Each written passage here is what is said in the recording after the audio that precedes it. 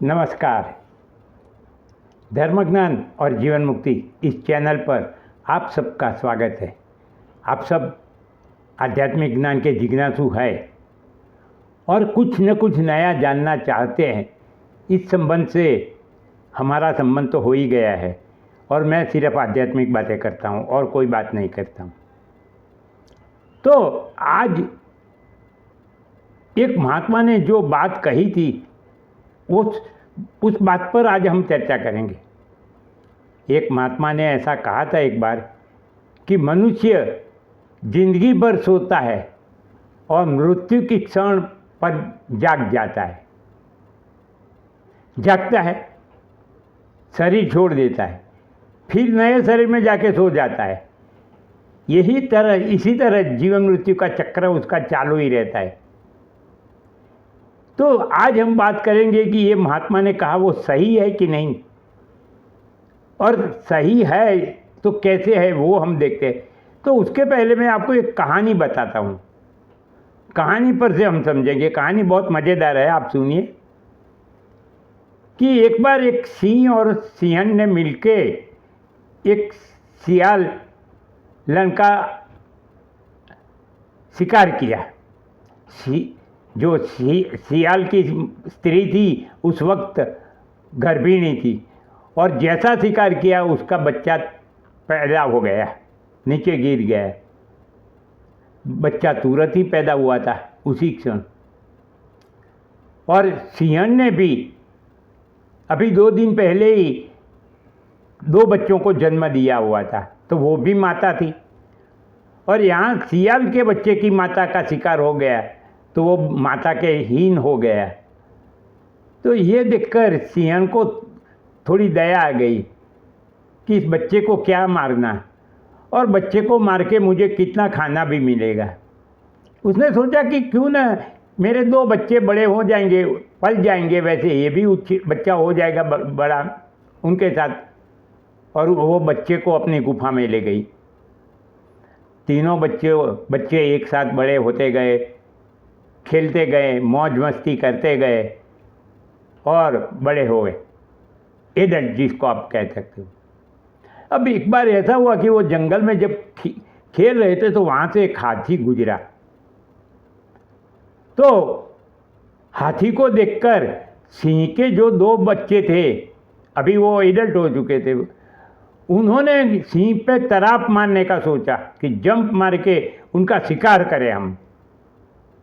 वो तैयार हो गए तराप मारने के लिए, मगर सियाल के बच्चे ने उनको रोक दिया कि नहीं नहीं नहीं नहीं, ऐसा मत करो, ऐसा मत करो, ये तो बहुत बड़ा है, आपको मार देगा, आपको मार देगा, पीछे आ जाओ, नहीं तो मैं मम्मी को जाके फरियाद कर दूंगा कि आप ऐसा गलत काम कर रहे थे, आप इतना दुस्साहस कर रहे थे, चलो जल्दी वापिस चलो। अब दोनों बच्चों, सिंह के दोनों बच्चे हतोत्साह हो गए और वो वापिस लौट गए माता के पास। मगर माता के पास जाके उन्होंने बहुत मजाक उड़ाया सियाल के बच्चे का कि कितना डरपोक है, कायर है मम्मी मम्मी, नहीं तो हम तो हाथी का शिकार कर देते। तो ये देखकर सियाल का बच्चा गुस्से में आ गया और उसने भी गुस्से में आकर बोला अपनी मम्मी को कि क्या मम्मी मम्मी ये लोग मुझे कायर बोलते, मैं क्या कायर हूँ, मैं डरपोक हूँ। अब सिंहन तो ये बात समझ गई थी, वो समझदार थी, उसने बाजी संभाल ली। उसने कहा ना बेटा ना, तू सुंदर भी है, शूरवीर भी है, मगर बात ऐसी है कि तू जिस कुल में पैदा हुआ है उस कुल में हाथी का शिकार करने की प्रथा नहीं है। अच्छा जवाब दिया। उसको ऐसा नहीं कह दिया कि तू नहीं कर सकता, मगर तू जिस कुल में पैदा हुआ है उस कुल में हाथी का शिकार करने की प्रथा नहीं है। ये बात पर से हम क्या समझें और क्या समझे। भगवान ने 84 लाख योनियाँ बनाई है, स्पेसीज आप कह सकते हो, हो सकता है उसमें ज़्यादा कम हो, मगर भारतीय शास्त्रों की गणना के अनुसार 84 लाख है। उसमें से 84 लाख में से सिर्फ एक मनुष्य योनि को, ये मनुष्य शरीर को ही अपने स्वरूप का और परमात्मा के स्वरूप का ज्ञान प्राप्त करके परमात्मा की प्राप्ति करने का अधिकार मिला है।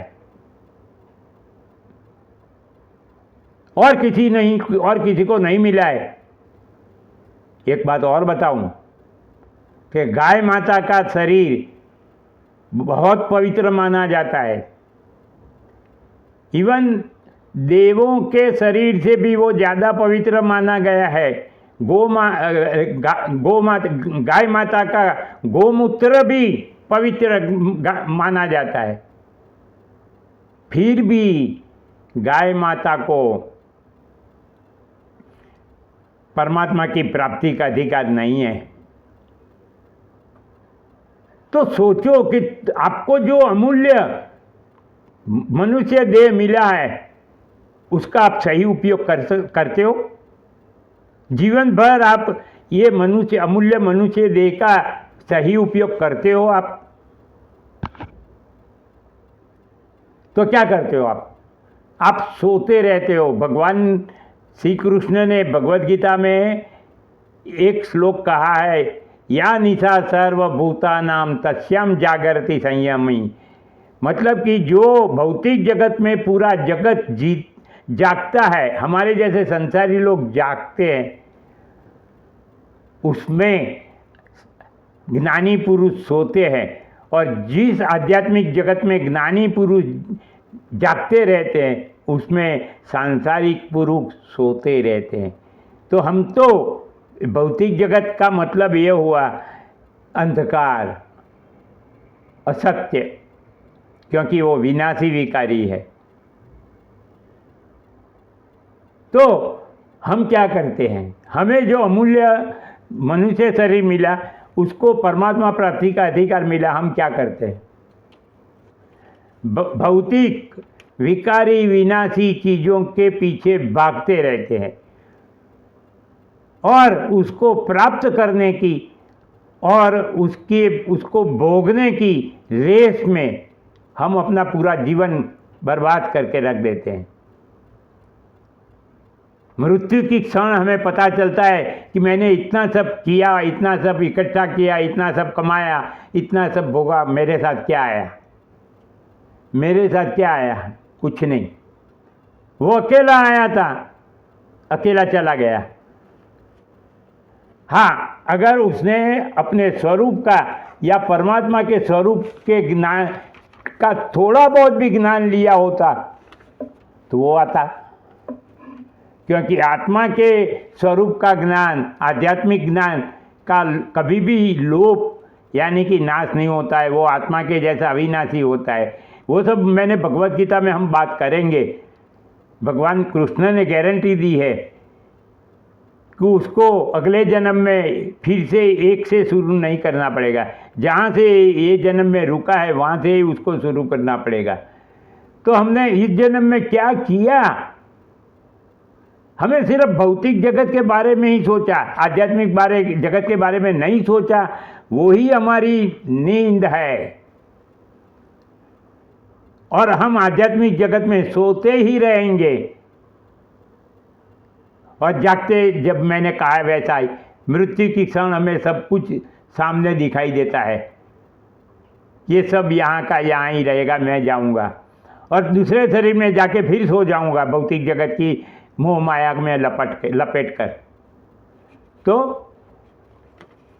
आज का विषय यही है कि हम भौतिक जगत में जागते हैं, वो आध्यात्मिक जगत की नींद है।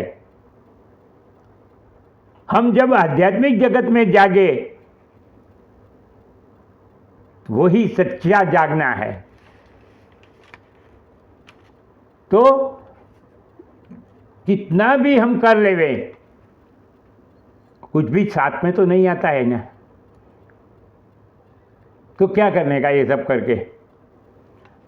अब दूसरी बात सोचो, अमूल्य देह मिला है और अधिकार मिला है, तो सब कोई चाहते हैं कि मैं धनिक बनूं, मगर सब धनिक नहीं बन सकते हैं।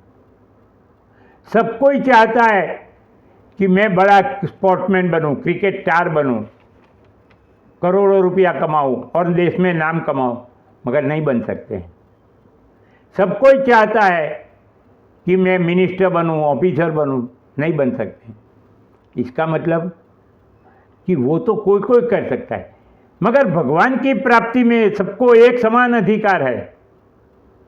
उसमें टैलेंट की जरूरत नहीं है, सिर्फ एंड सिर्फ आपका स्व प्रयत्न, स्व पुरुषार्थी काम करेगा और कोई काम नहीं करेगा। तो एक ये फायदा है, वो फायदा भी हमने नहीं लिया। हम तो वो इंजीनियर है, हम इंजीनियर बने, वो आईटी है, वो आईटी बने, मगर कोई ज्ञानी पुरुष के साथ हम कंपैरिजन में नहीं उतरेंगे। हम हमारे जैसे सामान्य संसारी लोगों की कंपैरिजन में ही उतरते हैं कि उसके पास बंगला है तो मैं बंगला लूँ, इसके ये नई मॉडल की ये गाड़ी लाया तो मैं वो गाड़ी लाऊं, मगर एक ज्ञानी पुरुष के साथ कंपैरिजन में हम नहीं उतरेंगे हरीफाई में कि ये इतना ज्ञानी है तो मैं क्यों ना हूँ। ये बात हुई। अब दूसरी कि जब जगत के जितने भी क्षेत्र है उसमें जब आप आगे जाना चाहते हो तो आपके साथ भय, चिंता, टेंशन लगे ही रहते हैं। जगत में खींचा खींची है, आपको सीधी तरह से तो आगे बढ़ने नहीं देगा। जगत आपको भय करना पड़ेगा, सबसे डरना पड़ेगा, इसको बुरा ना लग जाए, उसको बुरा ना लग जाए, बॉस को राजी रखना पड़ेगा, कस्टमर को राजी रखना पड़ेगा, सोर्स सप्लायर को राजी रखना पड़ेगा, सबको राजी, नहीं तो मैं क्या हो जाऊंगा। भय, चिंता, टेंशन रहता है। मगर भगवान की भक्ति करके भगवान को प्राप्त करने में कोई भी भय, चिंता, टेंशन नहीं। और दूसरा, कोई आपका कॉम्पिटिटर भी नहीं है। भौतिक क्षेत्र में तो कॉम्पिटिटर होंगे, मगर आध्यात्मिक जगत में आपका कोई कॉम्पिटिटर नहीं है। ऑन द कॉन्ट्रारी आपको भगवान की सहाय मिलेगी। तीसरा, भौतिक क्षेत्र में आगे बढ़ने के लिए आपको किसी की न किसी की गुलामी करनी ही पड़ेगी। नो वे, क्योंकि उसमें ऐसा नियम है, एक तरफ से दो, दूसरी तरफ से लो। कोई there is nothing like free lunch, ऐसा कहा है, जबकि आध्यात्मिक क्षेत्र में ऐसा कुछ नहीं है। आपको किसी की गुलामी करने की जरूरत नहीं है। आपको आपके अंदर से ही भक्ति करना है, ज्ञान प्राप्ति करना है, शास्त्रों का अध्ययन करो, गुरु ने जो उपदेश दिया उस पर मनन चिंतन करो। किसी की गुलामी करने की क्या जरूरत है। चौथा, कि धन, संपत्ति, सक्सेस वगैरह तो भाग्य के अधीन है, वो भाग्य के अनुसार ही मिलने वाले हैं। आप कितने भी जोड़ लगा दो, आपको जितना भाग्य में मिलना लिखा है उतना ही मिलेगा, उससे ज़्यादा नहीं मिलेगा। भले ही लोगों ये दुनिया में सक्सेसफुल लोग गीत गाते रहें, hard work hard work hard work. अरे हार्ड वर्क तो सब कोई करते हैं, सब कोई थोड़ी अमीर बन गए हैं। मैंने ऐसे भी मजदूर देखे हैं कि बेचारे हार्ड वर्क करके 18 घंटे करते हैं, तब जाके दो बार की रोटी पाते हैं। हार्ड वर्क का मतलब क्या? और टैलेंट क्या सब कोई पैदा होते ही लेके आया क्या? कुछ भी नहीं है, ये सब बातें हैं। भाग्य के अनुसार ही आपको मिलता है। जब आपको मिलना होता है तो आपकी बुद्धि इस प्रकार की हो जाती है कि आपको मिल के रहे वो। जबकि परमात्मा की प्राप्ति भाग्य के अधीन नहीं है, वो आपके विवेक बुद्धि के अधीन है, आपकी श्रद्धा के अधीन है। आप श्रद्धा करो, विवेक बुद्धि का उपयोग करो, आपको भगवान की प्राप्ति हो जाएगी। भगवान की प्राप्ति में ऊंच नीच, अमीर गरीब, विद्वान मूर्ख, पढ़ा लिखा अनपढ़, ऐसे कोई भेदभाव नहीं है। कोई भी आदमी, कोई भी इंसान, पुरुष हो या स्त्री हो, बालक हो या वृद्ध हो, भगवान की प्राप्ति करने का पर सबका अधिकार है। आपको सिर्फ सच्चे दिल से परमात्मा की प्राप्ति करनी है, भगवान के भजन करने हैं, भक्ति करनी है सच्चे दिल से, डर से नहीं, चिंता से नहीं, भय से नहीं।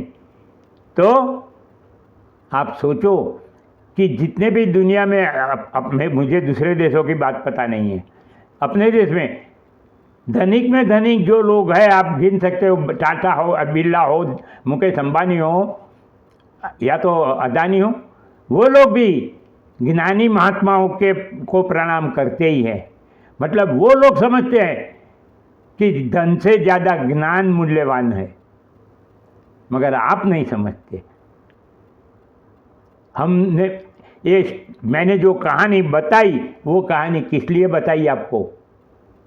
आपको सोचने के लिए, मजबूर करने के लिए कि हमें मनुष्य जन्म मिला है, मनुष्य देह मिला है, विवेक बुद्धि मिली है, फ्री विल मिली है, सब कुछ हमें मिला है।